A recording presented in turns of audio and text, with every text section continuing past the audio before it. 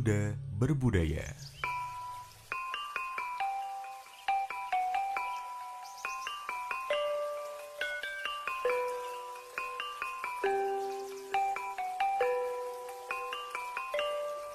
Selamat datang di Nguri-Uri Muda Berbudaya, program yang akan menghadirkan tentang budaya Jawa, membahas dan juga mengupas tuntas budaya Jawa bersama dengan saya Halwa Kalisa saat ini. Dan pada hari ini kita sudah bersama dengan satu sosok wanita cantik. Biasanya dipanggilnya Mbak Rahma. Selamat datang Mbak Rahma. Ya, selamat datang Mbak Halwa. Oke, kabarnya gimana Mbak? Alhamdulillah sehat. Sehat. Oke, Mbak Rahma asalnya dari mana Mbak? Kalau asalnya Jogja aja sih Mbak. Jogja. Alamatnya di Tegal Kenongo, Tirto Nirmolo Kasihan, Bantul. Oke, Bantul Pride ya. Oke Mbak Rahma, kita hari ini bakalan bahas tentang wayang nih Mbak. Dari banyaknya program yang berhubungan dengan budaya, apalagi di Jawa. Jawa itu kan keren banget ya Mbak ya, unik-unik juga. Betul. Banyak banget ragamnya budayanya ya kan. Ada tari-tarian, ada musik juga. Hari ini kita bakalan bahas wayang Mbak. Oke. Karena teman-teman, Mbak Rahma ini adalah dalang ya kan Mbak Iya, ya? dalang sebutannya. Nah, aku nih penasaran banget Mbak. Aku baru hari ini lihat ada dalang wanita. Kenapa sih Mbak Rahma mau menekuni bidang wayang apalagi menjadi dalang Mbak? Oke, sebenarnya mungkin karena keturunan kali ya Mbak. Karena kebetulan keluarga saya itu keluarga seniman. Dari keluarga bapak itu kebetulan kakek saya almarhum itu adalah seorang seniman ketoprak atau apa ya namanya, teater Jawa mungkin ya, kalau ada yang nggak tahu ketoprak, bukan makanan ketoprak ya. Oh bukan. Tapi kesenian ketoprak. Nah, kebetulan nenek saya juga pemain ketoprak. Dan ayah saya ini selain guru PKN itu juga hobi main wayang atau dalang gitu. Jadi mungkin dari sisi keluarga dari ayah saya itu sudah menurunkan bibit-bibit seni untuk cucu-cucunya gitu. Jadi awalnya itu mungkin dari saya lahir sudah biasa diajak bapak pentas kemana-mana gitu. Jadi sudah biasa melihat kondisi pagelaran wayang kulit, dan di situ saya melihat, kebetulan saya dua bersaudara cewek semua, saya dan kakak saya cewek. Itu biasa kita satu keluarga ikut kalau bapak ada job dalang. Nah, kita lihat di situ ditonton banyak orang nih. Wah, menarik. Dari situ kayak muncul keinginan untuk wah gimana nih caranya bisa belajar dalang gitu. Waktu itu kan cuman karena biar bisa dikenal banyak orang, belum kayak lebih ke melestarikan. Mungkin seiring berjalannya usia yang semakin tua gitu kan, baru kita paham ya kalau kita harus melestarikan dan sebagainya. Tapi dulu awal mulainya lebih ke kayak pengen dikenal banyak orang gitu sih Mbak. Oke, mungkin karena dulu masih kecil kali ya Mbak ya. Iya. Seneng gitu lihat banyak orang terus ditepuk tanganin. Iya betul. Tapi kakaknya Mbak Rahma juga menekuni bidang wayang ini atau di kesenian bidang lainnya nih Mbak? Sama sih Mbak, kebetulan kita hobinya sama, kadang dalang juga kita suka dengan tari tradisional gitu. Oke, tapi Mbak Rahma ada sekolah khusus buat belajar seni atau belajar tentang wayang gak sih Mbak? Sebetulnya kalau di Jogja sendiri ada beberapa sekolah seni kayak di, misal ini yang institusi atau sekolah yang resmi itu bisa di SMKI atau bisa nanti di ISI Yogyakarta. Kalau misalnya yang non resmi kayak swasta gitu mungkin ada di Keraton, itu namanya Habirando. Itu dulu bapak juga sekolahnya lewat Habirando itu sih Mbak. Oke, tapi kalau sekolah di Habirando itu umum boleh ikut nggak Mbak? Umum kayaknya boleh sih Mbak, tapi kebetulan saya sendiri itu belajarnya tidak di sekolahan tapi di rumah sama bapak sendiri. Privilege ya. Iya, jadi mau tanya apapun kapanpun langsung dijawab saat itu juga. Iya, soalnya juga kan ini ya sebagai pelaku, sebagai dalang juga kan bapak ya. Nah, aku juga penasaran nih Mbak, sebenarnya dalang wayang yang wanita itu banyak nggak sih Mbak di Jogja ini? seiring berjalannya waktu itu setahu saya sudah muncul beberapa dalang wanita.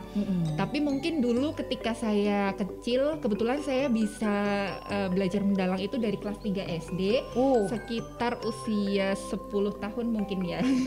Keren banget. Dulu waktu saya masih belajar dalang dengan kakak saya itu pertama kalinya kita mau ikut lomba dalang anak di DIY. Nah, waktu saya ikut lomba itu, kita persiapannya kurang lebih 2 minggu sebelum lomba. Dan waktu itu kita belum pernah sama sekali untuk tampil dalang. Nah, waktu saya ikut lomba itu, kebetulan pesertanya itu yang cewek cuman saya dengan kakak saya. Jadi waktu itu mungkin masih tergolong jarang ya dalang wanita. Tapi setelah saya di usia sekarang ini sudah muncul beberapa banyak dalang wanita sih, Mbak. Oke. Nah, waktu itu kan debut pertamanya Mbak Rahma nih waktu umur 10 tahun. Betul. Itu dari tahun berapa, Mbak? Tahun berapa ya? 2010 mungkin ya. Tapi masih ingat nggak Mbak dulu? Sorry bukan. 2003 berarti. Oh, 2003. Oke, dari 2003 udah lama banget ya Mbak ya. 2003 ke 2022 dan masih konsisten Mbak. Alhamdulillah. Tapi masih ingat nggak Mbak dulu judul pertama yang waktu itu Mbak Rahma buat lomba itu apa Mbak judulnya? Judul pertama itu Wahyu Cakraningrat. Itu kurang lebih menceritakan tentang Abimanyu, salah satu tokoh wayang bernama Abimanyu itu mencari Wahyu bernama Wahyu Cakraningrat. Nah, Wahyu ini diperebutkan oleh beberapa anak atau kesatria gitu. Tapi pada akhirnya Abimanyu ini sudah melewati berbagai rintangan, kemudian dia juga sempat berkelahi dengan musuh yang akan memperebutkan Wahyu ini, dan akhirnya karena memang Wahyu ini tercipta untuk Abimanyu dan Abimanyu sendiri juga dalam menggapai Wahyu ini benar-benar kayak serius, maksudnya dia yang melakukan berbagai usaha dengan bertapa dan sebagainya. Nah, akhirnya tetap Abimanyu sih yang mendapatkan Wahyu. Keren banget. Berasa diceritain ya saya ya sekarang ya. Oke Mbak Rahma, tapi nih selama Mbak Rahma menjadi dalang ya Mbak ya, Mbak Rahma ada gak sih satu cerita yang Mbak Rahma tuh favoritin banget gitu, satu judul? Ada beberapa sih, cuman kalau yang favorit lebih ke mungkin cerita Ramayana ya Mbak, karena lebih familiar diterima oleh masyarakat, khususnya kan kita juga udah biasa melihat sendera tari Ramayana, jadi kayak lebih mudah aja untuk menyampaikan nilai-nilai yang ada di cerita Ramayana itu. Nah tadi nih Mbak, kalau kita flashback tadi kan Mbak Rahma bilang kalau dulu waktu kecil tuh suka menjadi dalang karena pengen dikenal banyak orang, seneng gitu ya Mbak ya, ditonton banyak orang. Kalau sekarang nih Mbak, orientasinya apa Mbak menjadi dalang? Kalau sekarang selain mungkin wanita itu kan biasanya dipandang kalau misalnya dalang kan identik dengan laki-laki. Nah, di sini kami atau saya sendiri pribadi sebagai seorang wanita ingin membuktikan ke masyarakat kalau memang wanita tuh bisa, perempuan tuh bisa juga mengerjakan apa yang dikerjakan laki-laki.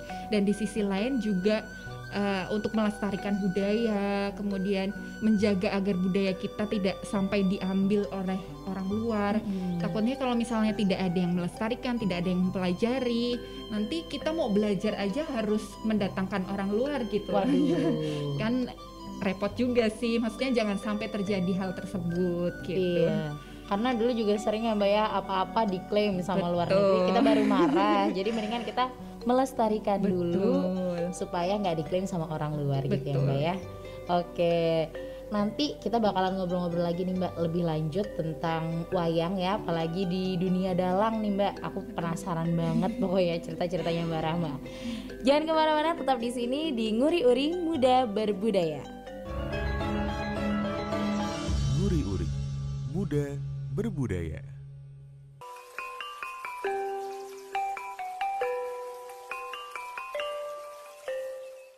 Selamat datang kembali di Nguri-Uri Muda Berbudaya. Nah, tentunya masih bersama dengan Halwa dan juga bersama dengan Mbak Rahma. Mbak Rahma masih semangat kan ya? Masih kita semangat ngobrolnya? dong. Oke, Mbak, aku penasaran banget. Waktu pertama kali Mbak Rahma debut main wayang menjadi dalang gitu ya, Mbak ya. Waktu itu judulnya kan tadi udah dikasih tahu nih, Mbak. Wahyu Cakraningrat. Nah, gimana Mbak perasaannya Mbak waktu itu? Debut pertama. Perasaannya waktu kecil saya sudah agak-agak lupa sih ya Oke. Mbak. Jadi kayak mungkin waktu itu karena baru pertama kali dan kita cuman ada durasi latihan cuman 2 minggu, mepet banget gitu. Jadi tahapan mungkin agak cerita agak panjang ya Mbak. Jadi Nggak apa-apa. dari mulai tahapan belajar dalang itu pertama dibuatkan naskah terlebih dahulu berdurasi kurang lebih 15 menit dengan bahasa Jawa tentunya. Bahasa Jawa juga bukan bahasa yang ngoko atau kromo yang biasa kita dengar sehari-hari, tapi bahasa Jawa yang lebih tinggi gitu tingkatannya. Jadi kayak kadang kita juga rooming gitu ya, mau ini maksudnya apa, artinya apa gitu kan. Terus sudah dibuatkan naskah, kemudian kita menghafalkan waktu itu. Sudah hafal naskahnya, kemudian kita diajarin cara pegang wayang. Nah, jadi banyak tahapannya untuk menuju ke pagelaran wayang kulit itu. Setelah kita hafal naskah, kemudian cara pegang wayang, kemudian kita diajarkan cara ngeprak atau ngecerek. Biasa itu adalah ngeprak itu adalah ketika posisi kaki bersila, duduk bersila, kemudian ada besi, semacam besi, kemudian ada besi satu lagi yang kita jepit di kaki di antara ibu jari dan juga telunjuk. Jadi nanti posisinya untuk kaki bersila, kemudian ada suara yang biasa cek cek cek cek cek gitu. Nah, itu namanya ngeprak. Nah, kita diajarkan cara ngeprak itu tentunya sesuai ada temponya. Jadi kalau ngeprak itu nggak cuman asal kayak menekankan besi ke besi itu untuk menghasilkan suara, tapi bagaimana kita bisa mengatur tempo, karena itu akan berkaitan dengan tempo dari iringan gamelan. Jadi ketika kita ngepraknya itu temponya cepat, nanti akan gamelan itu akan menyesuaikan untuk temponya juga ikut cepat. Kalau kita ngepraknya lambat, ya dia akan menyesuaikan dengan tempo yang kita buat gitu. Nah, setelah sudah tahu cara ngeprak, kemudian kita diajarkan cara nembang. Mungkin ada beberapa jenis sih, kayak ada sulo, ada nembang dan sebagainya. Nah, kita diajarkan untuk tahu notasi-notasinya. Kemudian apalagi ya? Semua itu sudah kita pelajari satu persatu, kemudian digabungkanlah jadi satu gitu. Dari mulai pembukaan kita dodok kotak dulu. Kemudian nanti memasangkan wayang satu persatu, kemudian nanti ada percakapan di situ, kemudian nanti mungkin ada adegan perang gitu dan sebagainya. Kemudian ya begitulah Mbak untuk tahapannya gitu. Oke, tahapan-tahapannya ternyata banyak ya Mbak ya. Lumayan banyak. Aku kira cuman ini aja, cuman ngapalin naskahnya terus main sendiri, ternyata ada nembangnya segala ya Mbak ya. Betul. Bahkan ya. sampai ngeprak. Ngeprak. Tadi mungkin belum terjawab ya Mbak, kayak Apa tuh? perasaan pertama untuk menampilkan wayang itu sendiri. Waktu itu kan lebih ke kayak misalnya ini kok cowok semua, untung ada kakak saya cewek gitu kan, untuk sebagai pembanding, oh ada ceweknya juga sih. Terus kayak baru latihan 2 minggu juga, jadi rasanya kayak ya deg-degan, takut ada yang lupa, karena di situ kan kita nggak bawa teks di depan ya Mbak, jadi kayak semuanya hafalan semua, takut ada yang lupa atau misal salah nada gitu. Jadi lebih ke ketakutan karena mungkin persiapan yang terlalu singkat itu sih Mbak. 2 minggu ya Mbak 2 ya. minggu. 2 minggu cukup. Oke Mbak. Nah, kalau misalnya menjadi dalang kan pastinya yang harus diperhatikan banget itu suara ya Mbak ya. Suaranya tuh belajarnya gimana Mbak? Gimana ya? Jadi kalau bapak saya mengajarkan itu lebih ke bagaimana kamu bisa membedakan suara satu tokoh dengan tokoh yang lainnya. Nggak harus yang kayak harus dibuat berat seperti laki-laki, kan beda ya Mbak, kualitas suara perempuan dan juga laki-laki tentunya beda. Kalau laki-laki lebih ke suara-suara berat gitu, kalau perempuan lebih ke agak-agak cempreng gitu ya Mbak. Tinggi ya nadanya. tinggi, betul. Jadi kayak kita harus membuat nada rendah, kemudian yang mungkin tokoh buto gitu kita harus membesar-besarkan suara gitu sih Mbak. Yang penting beda aja antara satu tokoh dengan tokoh yang lain. Boleh dong Mbak dicontohin. Penasaran banget nih. Gimana kalau Mbak Rahma itu menjadi dalang? Udah lama nggak dalang sih. Boleh dong Mbak. Di bagian mana ya? Mungkin percakapan atau Boleh. dari mulai suluk?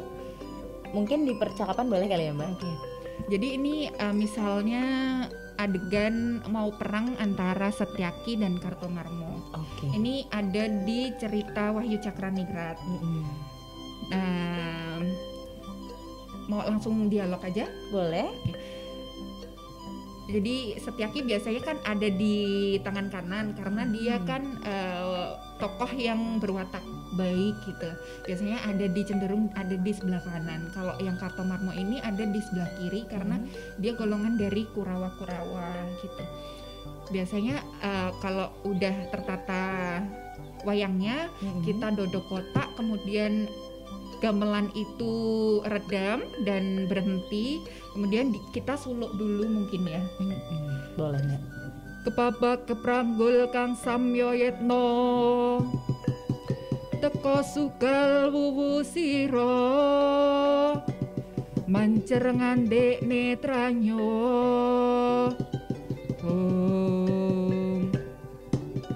Ora samar panduluku iki Kakang Kartomarmo.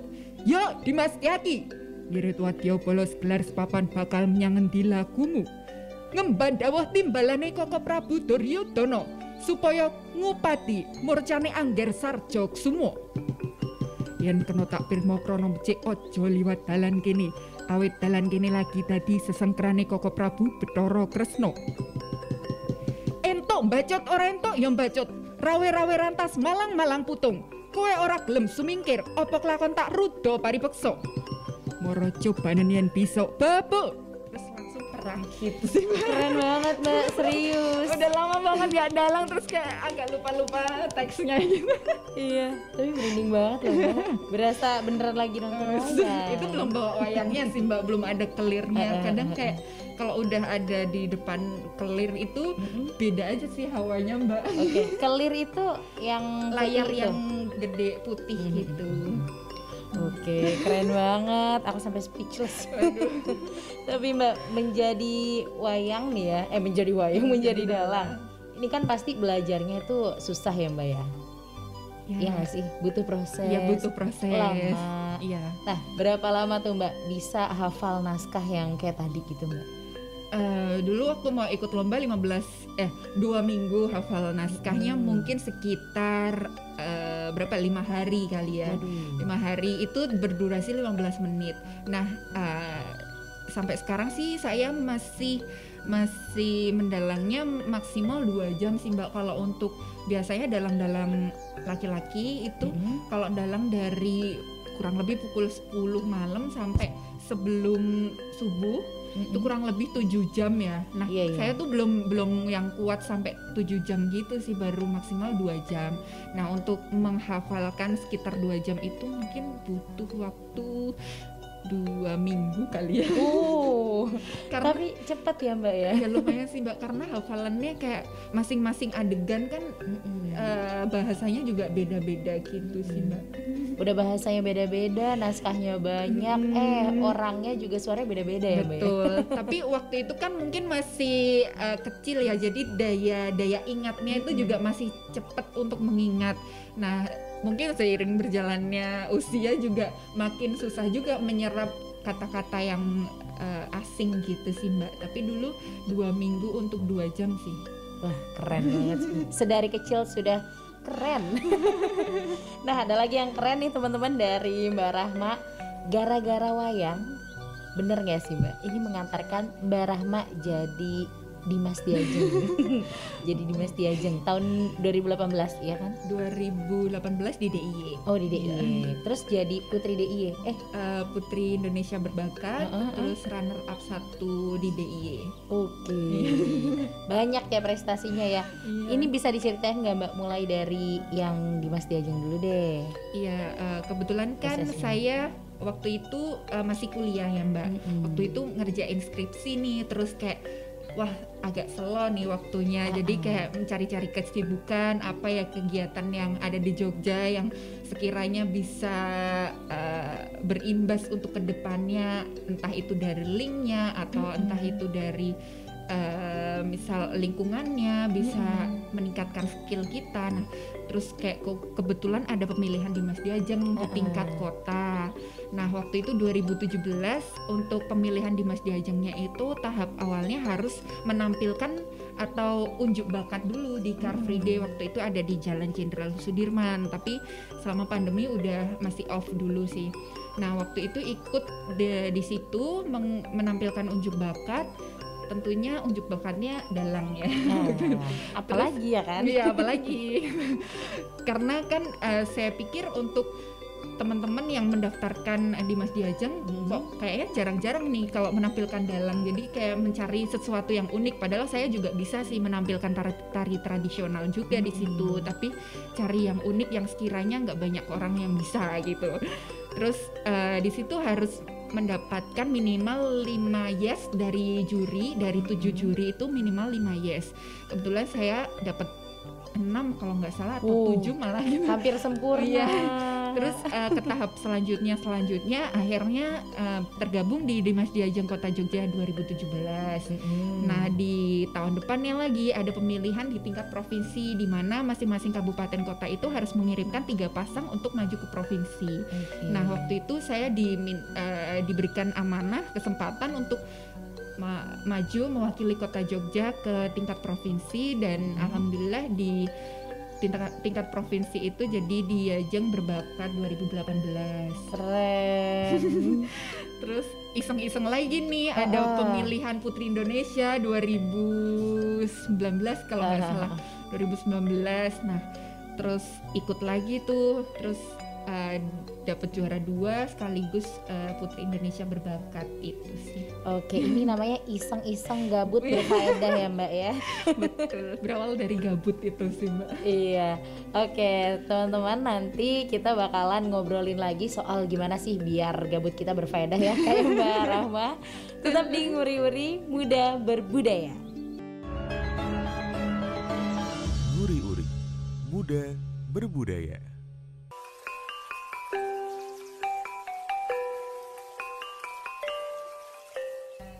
Selamat datang kembali di Nguri-Uri Muda Berbudaya. Masih bersama Halwa Kalisa dan juga Mbak Rizky Rahma. Oke.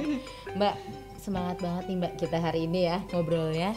Apalagi soal wayang. Nah, wayang ini kan banyak macamnya ya Mbak ya. Mbak Rahma sendiri asal usul wayang Mbak yang Mbak Rahma tahu itu kayak gimana sih Mbak?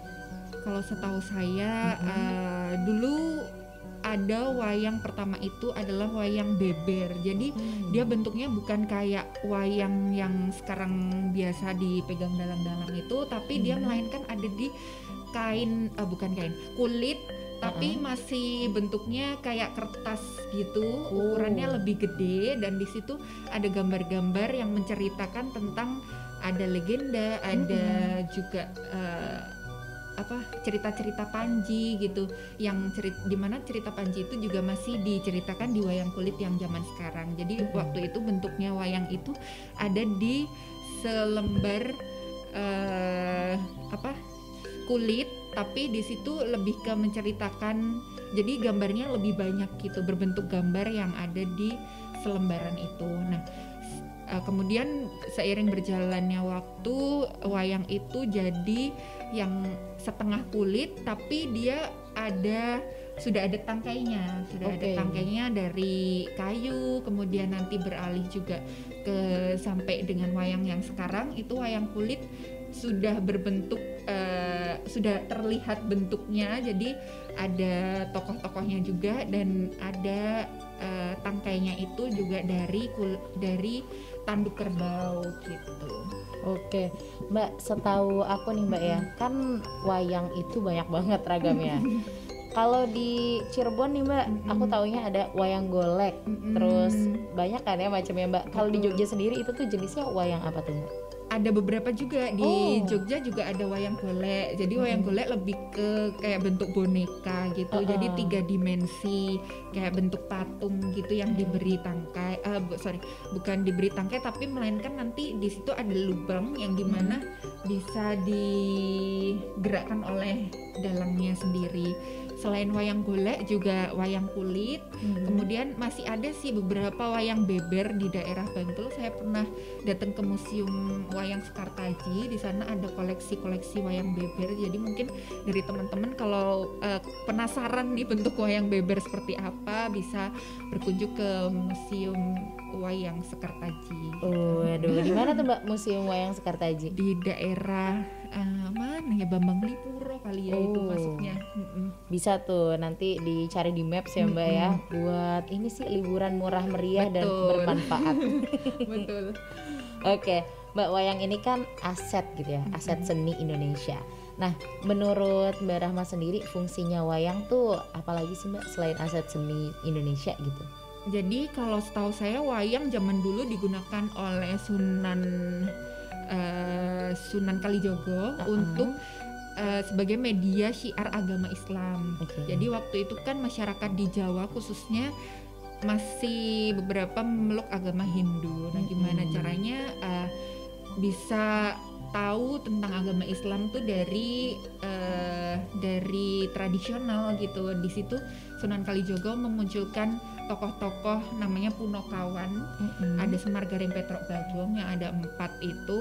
Di situ kan lebih ke Sunan Kalijogo memberikan nilai-nilai atau pelajaran tentang Islam, dan khususnya di Jawa kan masih antusias gitu ya masyarakatnya terkait dengan adanya kesenian, khususnya kesenian wayang. Jadi masih banyak yang datang untuk nonton. Nah, di situ kesempatannya untuk syiar agama Islam tadi sih. Kalau zaman dulu digunakan untuk itu, untuk syiar agama. Nah, kalau sekarang lebih ke masih bisa juga untuk memberikan edukasi ataupun informasi ke masyarakat. Khususnya lebih ke, kalau saya lihat wayang itu kan ceritanya macam-macam ya Mbak. Di situ kita bisa tahu tentang tokoh-tokoh, kemudian karakter tokohnya masing-masing, kemudian bagaimana kita tahu tentang tata krama juga di situ. Jadi macam-macam sih Mbak, ini tujuan dari wayang itu sendiri gitu. Oke. Sebagai dalang nih Mbak, ada nggak sih wayang favoritnya Mbak Rahma? Tentunya wayang yang yang baik-baik gitu jadi favorit. Apa ya? Mungkin tokoh wanita. Ada salah satu tokoh wanita namanya Drupadi. Dia kayak seperti Wonder Woman kali ya. Zaman sekarang kali ya. Jadi dia adalah tokoh yang berani. Sebagai seorang wanita dia berani gitu, terus mandiri, kemudian dia juga mau berperang gitu. Di antara laki-laki dia termasuk sosok yang berani gitu. Tokoh yang berani itu sih Mbak. Menggambarkan diri Mbak Rahma banget ya Mbak ya. Mbak, sebagai dalang nih Mbak, ada nggak sih komunitas dalang di Jogja gitu Mbak? Kalau komunitas ada beberapa. Di antaranya mungkin ada sebutan Pepadi ya. Jadi Persatuan Dalang itu namanya Pepadi. Ada di kabupaten, ada di DIY juga, tingkatnya macam-macam. Tapi kebetulan kan saya belum termasuk ke kelompok Pepadi itu sih. Jadi kayak cuman ada temen yang hobi dalang juga, kadang cuman sharing-sharing aja, nggak yang kayak ikut di kelompok-kelompok. Tapi kalau kelompok dalang ada di Jogja. Oke, Mbak, ini aku mau tanyain dari tadi sebenarnya. Jadi aku tuh sempat stalking Instagramnya Mbak Rahma nih teman-teman. Jadi aku tadi stalking kan, stalking terus wah ada film nih tentang wayang nih. Terus bulan kemarin nih rilis ya. Boleh diceritain gak tuh Mbak? Itu filmnya tentang apa? Kayaknya kok gambarin Barahma ya filmnya ya. Iya, jadi waktu itu nggak sengaja ibu dari teman saya, teman SMA itu kebetulan seneng di dunia teater. Kemudian iseng-iseng tuh ibunya pengen bikin film pertama kali. Nah, terinspirasilah mungkin dengan kan mungkin teman saya juga suka cerita kalau punya teman dalam wanita mungkin ya. Terus kebetulan saya juga kenal baik dengan ibunya, pernah ke rumahnya, jadi mungkin ada sedikit cerita yang akhirnya ibu teman saya ini membuat film pendek berjudul Kerudung Teruntung Sang Dalam gitu. Ceritanya singkatnya Mbak, itu tentang apa tuh Mbak? Spoiler. Jadi di situ menceritakan keluarga di mana anak tunggalnya yaitu anak perempuan seneng dengan kesenian, khususnya wayang kulit. Tapi di sisi lain si bapaknya ini atau ayahnya ini tuh lebih ke Islam banget gitu, Islamik banget gitu Mbak. Jadi ketika anaknya itu mau mendalang, otomatis dia kan harus membuka jilbab dengan bersanggul, menggunakan sanggul. Nah di situ bapaknya ini kurang setuju dengan membuka jilbab. Nah di situ muncul konflik dan sebagainya, dan akhirnya si bapak ini bisa menerima keputusan anaknya dan akhirnya merestui jalan anaknya dengan melestarikan budaya itu tadi. Keren banget. Itu kan tadi orang lain nih Mbak yang terinspirasi dari Mbak Rahma. Sekarang kalau Mbak Rahma sendiri ada nggak Mbak sosok yang menginspirasi Mbak Rahma?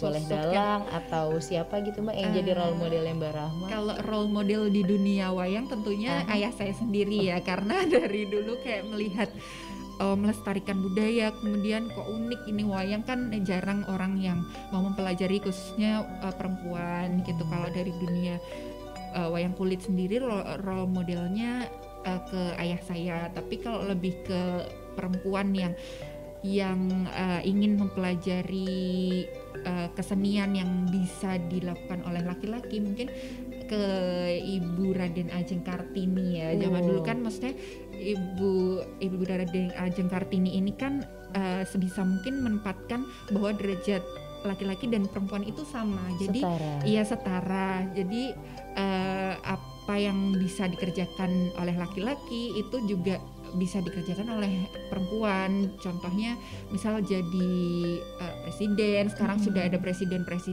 wanita perempuan gitu, ataupun juga menjadi dalang juga perempuan bisa gitu. Keren banget Mbak. Boleh dikasih pesan sedikit nih buat teman-teman yang dengerin, yang nonton juga, gimana sih Mbak cara kita buat mempertahankan kesenian wayang di tengah masyarakat sekarang ini Mbak?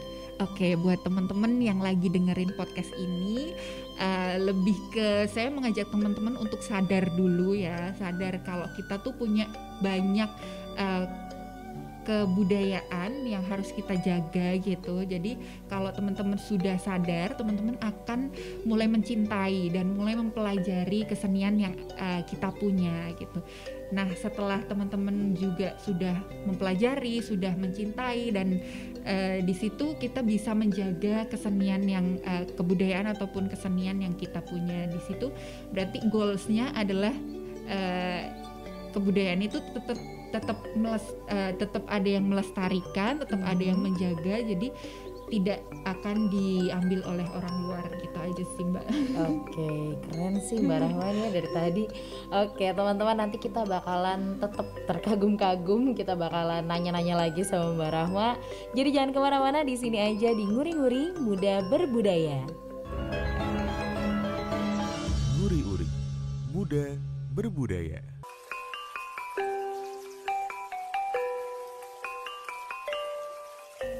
Masih di Nguri-Uri Muda Berbudaya, dan tentunya masih sama Mbak Rizky Rahma. Mbak, selain dunia wayang, Mbak Rahma ini menekuni bidang kesenian apa lagi sih Mbak? Kalau tertariknya ada di seni tari tradisional, kemudian di seni ketoprak juga kadang-kadang Itu sih Mbak, selain dari wayang kulit. Oke, tapi yang ditekuni banget sekarang nih Mbak, kan tadi Mbak Rahma sempat spill, sekarang udah jarang ngedalang gitu ya Mbak ya. Sekarang yang lagi ditekuni banget apa tuh Mbak? Apa ya, bukan di kesenian sih Mbak. Oke, berarti lagi menekuni apa Mbak? Lagi menekuni dunia public speaking kali ya. Oh, penting sih emang ya Mbak ya. Tapi nih Mbak, kan anak muda zaman sekarang ya, itu nggak cuman soal wayang aja nih Mbak. Kalau soal melestarikan budaya gitu, kayaknya kurang gitu ya sekarang ya. Ada nggak sih Mbak tips and trick atau pesan-pesan deh Mbak buat teman-teman yang dengerin nih, buat Sobat Ista yang dengerin supaya bisa melestarikan kebudayaan Indonesia? Iya, buat Sobat Ista, oke. ya lebih ke tadi sudah saya sampaikan sih, lebih ke bagaimana teman-teman itu bisa mengenal dulu budaya yang kita punya, kemudian berusaha untuk mempelajari dan mencintai. Kalaupun tidak atau belum bisa mempelajari, mungkin lebih ke mengapresiasi kebudayaan yang kita punya. Kayak misalnya teman-teman bisa tuh lihat sendera tari ataupun mendengarkan tembang-tembang Jawa, ataupun setidaknya teman-teman ada salah satu yang yang diambil gitu loh, setidaknya entah itu dari melihat ataupun mendengarkan salah satu dari kebudayaan yang kita punya gitu sih Mbak. Oke, itu kan kebudayaan yang umum nih Mbak. Nah, sekarang gimana Mbak supaya kita semua, nggak cuma anak-anak muda aja sih, tapi juga sampai semua generasi gitu bisa melestarikan budaya Jawa gitu Mbak? Kalau budaya Jawa karena banyak ya Mbak, ada tarian, ada wayang kulit, ada ketoprak, juga ada gamelan gitu, ada tembang-tembang Jawa. Nah, mungkin teman-teman bisa ada ketertarikan dari salah satu kesenian yang ada di Jawa, dan teman-teman bisa, mungkin ada teman-teman yang hobi nyanyi. Nah, di hobi nyanyi ini bisa tuh teman-teman ambil salah satu atau beberapa lagu Jawa yang bisa teman-teman aransemen ulang yang bisa diterima oleh anak-anak muda, lebih bisa diterima, itu bisa dilakukan. Ataupun teman-teman suka nih melihat tari-tarian Korea gitu kadang. Nah, kapan-kapan itu ada sedikit waktu yang teman-teman gunakan untuk melihat kesenian ataupun tarian yang ada di Jogja, khususnya teman-teman bisa datang tuh, ada di Museum Sonobudoyo, ada beberapa jadwal tarian tradisional di sana, ataupun ada di Ramayana, Balet gitu, ada di Purwawisata gitu. Di situ tergantung ketertarikan teman-teman sih, jadi disesuaikan aja gitu. Berarti nggak usah berantem ya habis ini ya. Takutnya tuh ada yang berantem Mbak gara-gara ih kamu nih sukanya K-pop nggak melestarikan budaya banget sih orangnya gitu. Ternyata bisa ya Mbak ya, sambil suka K-pop sembari kita suka budaya Jawa juga, disesuaikan aja. Disesuaikan gitu. Mungkin kalau yang suka dance cover mungkin bisa kali ya Mbak ya. Diselipkan tarian gerakan-gerakan tari tradisional mungkin gitu. Seru kok, seru teman-teman untuk mempelajari kebudayaan kita tuh seru ya Mbak ya. Tapi waktu Mbak Rahma sendiri, waktu Mbak Rahma sekolah nih Mbak, dari waktu umur 10 tahun yang Mbak Rahma udah debut menjadi dalang wanita gitu, dalang cilik juga ya Mbak ya, berarti dulu. Iya. Nah, itu teman-teman Mbak Rahma ini nggak sih Mbak sepemikiran sama Mbak Rahma gitu nggak sih? Banyak nggak sih yang pingin melestarikan budaya Jawa gitu? Kalau untuk tanggapan dari teman-teman ataupun keluarga itu lebih ke mendukung sih Mbak, karena ya teman-teman di lingkungan saya kebetulan tahu, maksudnya paham kalau kita harus melestarikan budaya. Jadi ketika saya juga suka atau menekuni di dunia wayang kulit ini, ya mendukung aja sih. Sejauh ini belum ada kayak omongan negatif tentang saya yang bisa dalang gitu, belum ada gitu. Oke, berarti waktu Mbak Rahma kecil nggak ada tuh ya Mbak yang ngebully, ih kok mainannya kayak orang tua sih, soalnya kan dulu yang mendalang itu kan anak kecil jarang ya Mbak ya. Nggak ada ya Mbak ya, berarti semuanya tuh mensupport Mbak Rahma dari semua lini berarti ya Mbak? Betul, sejauh ini support sih Mbak, kayak beberapa kali sebelum pandemi kemarin saya diundang juga untuk mengisi webinar ataupun apa ya namanya, Talk show ringan gitu. ya talk show ringan. Waktu itu apa namanya, untuk talk show ringannya itu kebetulan audiensnya dari anak-anak SD dari Jakarta yang tur ke Jogja. Nah di situ saya diminta untuk memberikan sedikit sharing tentang wayang kulit. Kemudian di situ anak-anak SD juga ada kesempatan untuk mencoba dengan bahasa mereka, dengan wayang yang sudah disiapkan. Mereka juga ada kesempatan untuk mencoba, dan di situ saya senengnya itu karena mereka masih SD dan mereka itu tertarik gitu loh, antusias untuk coba itu wayangnya. Jadi seneng banget sih di situ bisa mengisi dan juga sekaligus sharing, bisa menarik antusiasme dari anak-anak SD untuk tahu dan belajar tentang wayang itu sendiri gitu. Oke, Mbak Rahma, hari ini aku ngobrol sama Mbak Rahma itu banyak banget ilmu yang aku dapetin, teman-teman juga. Jadi makasih banget Mbak hari ini udah berbagi ilmu bareng sama kita semua ya Mbak. Siap. Ya. Sehat terus Mbak Rahma. Iya, terima kasih sekali Mbak Halwa sudah dikasih kesempatan untuk sharing bareng teman-teman juga. Iya, terus semangat ya Mbak ya untuk melestarikan budaya Jawa khususnya ya Mbak ya. Oke teman-teman, ini ilmu yang kita dapatkan dari Mbak Rahma hari ini udah keren banget, udah cukup banget dan sangat menginspirasi tentunya, supaya kita juga bisa gitu ya turut melestarikan kebudayaan yang kita miliki di Indonesia ini, apalagi khususnya kalau hari ini kita ngobrolinnya kebudayaan Jawa nih teman-teman. Dan makasih banget udah stay tune terus di Nguri Uri, dan jangan lupa untuk tontonin terus sampai habis karena ilmunya keren banget. Tentunya di Nguri Uri Muda dan Berbudaya. Saya Halwa pamit, dan saya Rizky Rahma pamit, dan sampai jumpa teman-teman. Nguri Uri Muda Berbudaya.